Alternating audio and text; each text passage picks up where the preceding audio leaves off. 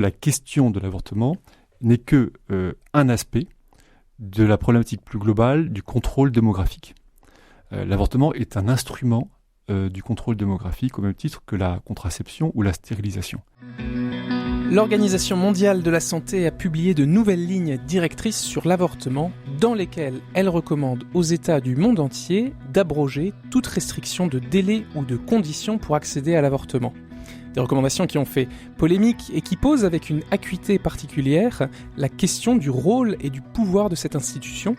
Critiquée pour certains aspects de sa gestion de la crise Covid-19, cette institution est-elle bien la référence internationale en matière de santé ? Quelle est la garantie de l'indépendance ou de l'intégrité de cette institution ? Nous en parlons ce soir avec Grégoire Pupinck, directeur de l'ECLJ. Le droit en débat avec l'ECLJ sur RCF Alsace. Alors c'est vraiment la question que tout le monde se pose en préparant cette émission. J'ai vu que Libération avait fait une check news. L'OMS préconise-t-elle les avortements jusqu'à 9 mois de grossesse ? 20 minutes avait fait un fake-off. L'OMS préconiserait-elle l'avortement sans condition jusqu'à 9 mois, comme l'affirme François ? Et même TF1 aussi a fait sa vérif. L'OMS préconise-t-elle l'avortement sans condition jusqu'à 9 mois ? Alors Grégoire Pupinck, est-ce que c'est vrai ? Que dit le document ? Alors oui, le document dit que toute condition posée à l'accès à l'avortement est une entrave, et que de sorte que ces entraves mettent en danger la vie ou la santé de la mère. Et donc, pour préserver la santé de la mère, il faudrait lever toutes les conditions, toutes les entraves, à l'avortement, notamment les entraves liées au délai légal d'avortement. C'est ça, parce que quand on dit toutes les restrictions, c'est absolument tout. C'est les délais et les conditions, en fait. Voilà, donc effectivement, alors, on parle d'abord du contenu du document, après ça on pourra parler du contexte, mais le document en soi, c'est vrai, on va dire c'est un document qui contient des recommandations générales et même très précises médicales sur la façon de faire l'avortement, de pratiquer l'avortement, le dosage des molécules, la façon de faire l'avortement tardif, la façon d'écraser le fœtus avant de l'extraire, enfin toutes ces choses qui sont charmantes sont décrites à destination des médecins. Ensuite, il y a aussi des recommandations qui sont d'ordre légal, relatives donc à l'encadrement juridique. Et là, donc, c'est ce que je viens d'expliquer. Donc, l'idée, c'est que toute limitation, finalement, met en danger la mère, parce que la mère sera dans une situation plus difficile pour accéder à un avortement. Et donc, il faut lever ces entraves liées au délai, liées, par exemple, pour les jeunes filles mineures, à l'information de leurs parents, mais aussi même des entraves qualifiées comme telles, relatives à l'exercice de la liberté de conscience des médecins. Oui. Donc effectivement, on voit bien, c'est une vision, c'est une promotion de l'avortement sans limite, avec l'idée que, en fait, l'avortement est inéluctable, il faut que ça se passe bien, quel que soit le contexte, et pour cela, en fait, il faut enlever les conditions. Et donc même l'objection de conscience pour les médecins, c'est quelque chose que l'OMS comme ça. Alors voilà, alors là il faut pas dire l'OMS, et c'est là où c'est le piège en fait, c'est que ce document, oui, il a été publié par l'OMS, par une instance de l'OMS, mais en fait, il a jamais été approuvé par les États membres de l'OMS, il n'a pas été approuvé par le secrétariat de l'OMS. Voilà, donc c'est vraiment important de bien le souligner. Mais sinon, oui, effectivement, ce document contient sur 100 pages toute une série de recommandations en la matière, y compris sur l'objection de conscience. Alors, par rapport à la valeur de ce document, on imagine bien que l'OMS est tout à fait dans son rôle de publier, donc le titre en anglais c'est Abortion Care Guidelines, donc des lignes directrices sur l'avortement. La question médicale, d'accord, la pratique médicale que l'OMS et que des experts donnent leurs avis et leurs conseils, on le comprend. Mais dès lors qu'il y a des recommandations politiques, juridiques, légales, est-ce que ça donne une valeur juridique au document ? Quelle est la force en fait de ce document quand on dit il faut lever toutes les restrictions légales, arrêter de mettre des délais pour l'accès à l'avortement? Est-ce que ça a une valeur juridique? Alors voilà, donc le rôle de l'OMS, c'est précisément d'élaborer des normes, des bonnes pratiques qui sont diffusées aux États sur effectivement les actes médicaux divers et variés, notamment l'avortement. Depuis quelques années, l'OMS travaille sur l'avortement de façon de plus en plus directe. Donc oui, c'est son rôle de recommander des bonnes pratiques. Voilà, donc ça en soi c'est pas exceptionnel. Ce qui est exceptionnel, c'est d'une part de considérer l'avortement comme un soin de santé. Ça c'est déjà un choix politique. Ensuite, la portée juridique de ce document, eh bien c'est une simple recommandation. Donc guideline, ça veut dire ligne directrice, recommandation. Ça n'a pas de portée juridique directe, c'est pas un document contraignant. Par contre, tous les ordres de médecins nationaux vont recevoir ou ont reçu ce document, et c'est une référence importante pour eux, professionnels. Et c'est donc un argument très fort pour la réglementation, pour la pratique de l'avortement et pour sa réglementation dans les pays. Donc les législateurs nationaux, les juridictions, les médecins, les ordres des médecins vont prendre ce document comme une référence officielle ayant autorité.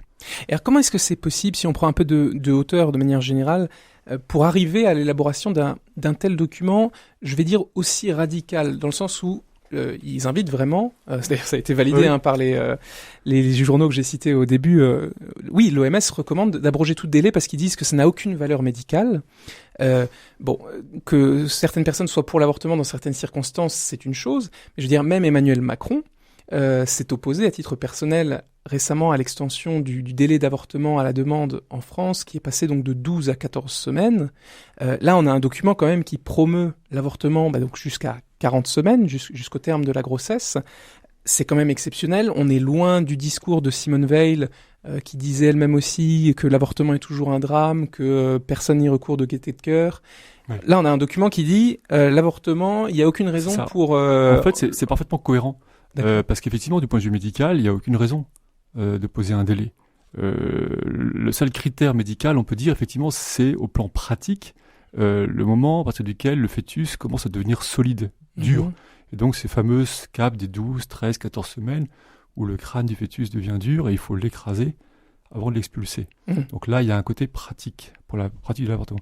Mais sinon, c'est vrai que pour un médecin, c'est la même chose d'avorter à 3 mois ou à 6. Enfin, on voit bien que c'est toujours un avortement d'un enfant à naître. Donc, d'une certaine manière, je comprends que du point de vue médical, il y a une cohérence à dire le délai, finalement, n'importe peu, puisqu'il est arbitraire. Seule la naissance compte. Et encore, aujourd'hui, on entend des discours qui disent qu'il faudrait pouvoir tuer l'enfant handicapé après la naissance. Donc, au plan médical, je veux dire, c'est cohérent. De dire cela, c'est évidemment immonde. C'est abject, c'est horrible.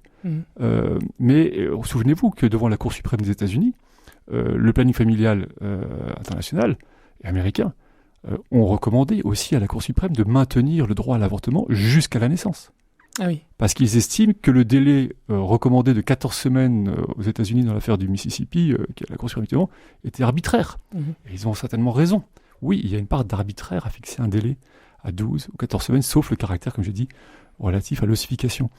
Il y a la question de la viabilité aussi. La question de la viabilité, voilà, mais bon, en médecine, qu'est-ce que la viabilité ? Elle change. Un enfant plus ou moins handicapé, etc. Donc voilà, donc oui, c'est horrible, mais c'est certainement cohérent.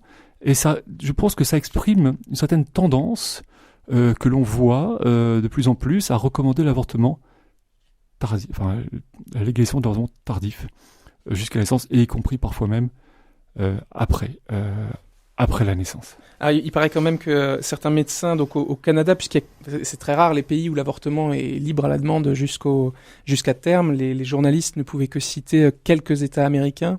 Et le Canada, et même en citant le Canada, il disait qu'en fait, a priori, les médecins ont une objection de conscience à pratiquer un avortement après le seuil de viabilité. C'est-à-dire qu'il est très difficile pour une femme, même au Canada où en principe c'est légal d'avorter jusqu'à terme, de trouver un médecin qui accepte en fait de pratiquer un avortement au-delà de 24 semaines. Et donc, voilà, c'est vrai. Bien sûr, la clause de conscience est de plus en plus, la conscience du médecin est de plus en plus mise à l'épreuve à mesure que la grossesse se développe. Ça c'est évident, mais encore une fois, ça reste globalement le même acte. Alors vous me disiez avant l'émission qu'il y avait le document, les Abortion Guidelines que j'ai en main, sont aussi intéressantes à lire que les auteurs, ceux qui ont écrit en fait le document. Et c'est vrai que c'est assez surprenant parce que quand on va donc on a le nom de tous les contributeurs qui ont participé à l'élaboration de ce document dans les annexes à la fin, et on est alors plus ou moins surpris, mais il y a beaucoup de gens qui travaillent au planning familial et qui ont participé à l'élaboration de ces guidelines. Alors, je lis qu'il y a aussi, par exemple, dans le premier groupe aussi, une certaine Damika Perara de Marie Stops International, donc qui participe aussi, qui est une entreprise qui pourvoit des avortements dans le monde entier. Et à chaque fois, il y a aussi une Human Rights Advisor qui s'appelle Christina Zampas, qui travaille pour le Center for Reproductive Rights. Elle était présente dans tous les comités, oui. et ça continue, hein, je peux pas tout citer, mais enfin, l'IPPF pratiquement est présent dans tous les groupes. C'est ça. Alors, qui a écrit en fait ce document ? Alors voilà, donc là c'est la partie, on va dire même la plus intéressante du sujet. Il faut distinguer le contenu du document de son contexte et son origine. Le contenu, on l'a dit, c'est grosso modo un copier-coller des recommandations du planning familial mondial. Ah oui. Ça, c'est le contenu. Maintenant, comment est-ce qu'on est arrivé à ce document ? Eh bien, il faut essayer de déconstruire ce document. C'est ce que nous avons fait à l'ECLJ. Et on observe quoi ? On observe, d'une part, que parmi les experts, entre guillemets, qui ont été auditionnés, qui ont participé à la rédaction de ce document, environ au moins les deux tiers, sont des militants de l'avortement, voire des salariés professionnels du lobby de l'avortement. Donc comme cette Madame Zampas, que j'ai eu l'occasion déjà de rencontrer, qui est la responsable du plaidoyer pro-avortement du principal centre américain en la matière, ou des personnes du planning familial. Donc oui, il a été rédigé en grande partie par des militants de l'avortement, des professionnels de l'avortement, soit des médecins qui le pratiquent, soit des lobbyistes de l'avortement comme Madame Zampas. Donc ça, c'est ce qu'on observe, simplement par analyse. Les deux tiers sont des militants. Comment c'est possible ? Ensuite, deuxième élément, qui paye ? Qui paye ce travail ? Financé. Comment est-ce qu'il est financé ? Eh bien là, encore une fois, on a fait la recherche et nous nous sommes aperçus que l'unité au sein de l'OMS qui a produit ce document, le Human Reproduction Program, est lui-même essentiellement financé par une fondation privée, encore une fois, la fondation, cette fois-ci, Buffett, qui milite pour le contrôle démographique dans le monde. Donc on a un document financé principalement par une fondation privée, rédigé dans le cadre d'un comité de l'OMS qui lui-même est principalement financé par M. Buffett et par quelques États scandinaves qui ont toujours été engagés dans le contrôle démographique, qui rassemble des experts dont l'essentiel sont des militants professionnels de l'avortement et qui produit ce document. Mais ce document ensuite, qui n'est pas adopté par les États, qui n'est pas signé par le secrétaire général de l'OMS, mais qui est publié sous l'estampille OMS avec la légitimité de l'OMS, mais qui contient en fait le discours du lobby de l'avortement. Parce que j'allais justement dire, sur la couverture, on voit bien le logo de l'OMS et donc aussi de ce HRP, Human Reproduction Program, qui finance... Voilà, donc le HRP, c'est l'entité au sein de l'OMS qui est en charge. Il faut comprendre que l'OMS fait partie de l'ONU. Donc l'OMS, c'est une institution qui dépend des Nations Unies. Et au sein de l'OMS, il y a différents sous-groupes, dont le HRP, qui a produit ce rapport. Est-ce que vous parleriez de capture, si je peux introduire cette question, l'année dernière, on avait reçu dans cette émission aussi Gaëtan Cliquenoy, chargé de recherche au CNRS. Les auditeurs peuvent d'ailleurs réécouter l'émission en podcast, c'est celle du 26 juin et du 3 juillet 2021. Il y décrivait justement un phénomène qui a l'air un peu similaire à ce qui se passe, à ce qu'on observe, ou ce que vous nous dites dans ce cas. C'est une espèce de capture des institutions internationales. On a un document qui est signé officiellement par une institution internationale, mais quand on regarde dedans, on voit que les gens qui l'ont rédigé n'appartiennent pas forcément à l'OMS, ou en tout cas appartiennent à des fondations, et puis que le financement, en fait, ne vient pas de tous les États collectivement du monde entier, mais en fait principalement de quelques États et de grandes fondations. On peut parler d'une instrumentalisation de l'OMS par le lobby de l'avortement. On peut dire que l'OMS est infiltrée, largement gangrénée, impliquée, engagée dans la politique de contrôle démographique et de promotion de l'avortement. Ce qu'il faut bien avoir à l'idée, bien comprendre, c'est que la question de l'avortement n'est que un aspect de la problématique plus globale du contrôle démographique. L'avortement est un instrument du contrôle démographique au même titre que la contraception ou la stérilisation. Aujourd'hui, il est entre guillemets vendu au nom de la santé reproductive ou des droits des femmes. Mais dans la longue histoire des Nations Unies, il a toujours été considéré comme étant l'un des instruments des politiques mondiales de contrôle démographique. Cette politique mondiale de contrôle démographique, elle est menée par les Nations Unies depuis la fondation des Nations Unies.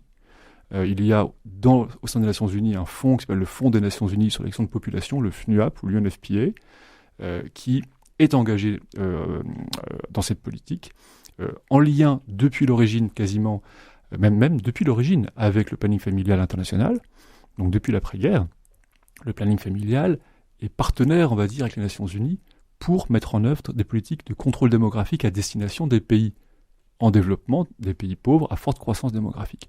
Donc il y a une politique mondiale. L'OMS a adhéré à cette politique progressivement, surtout à partir des années 1970, et dans ce cadre-là, aujourd'hui, publie ce rapport qui vise bien à promouvoir et faciliter la pratique de l'avortement dans la visée ultime, qui est celle de la problématique générale de la démographie des pays pauvres.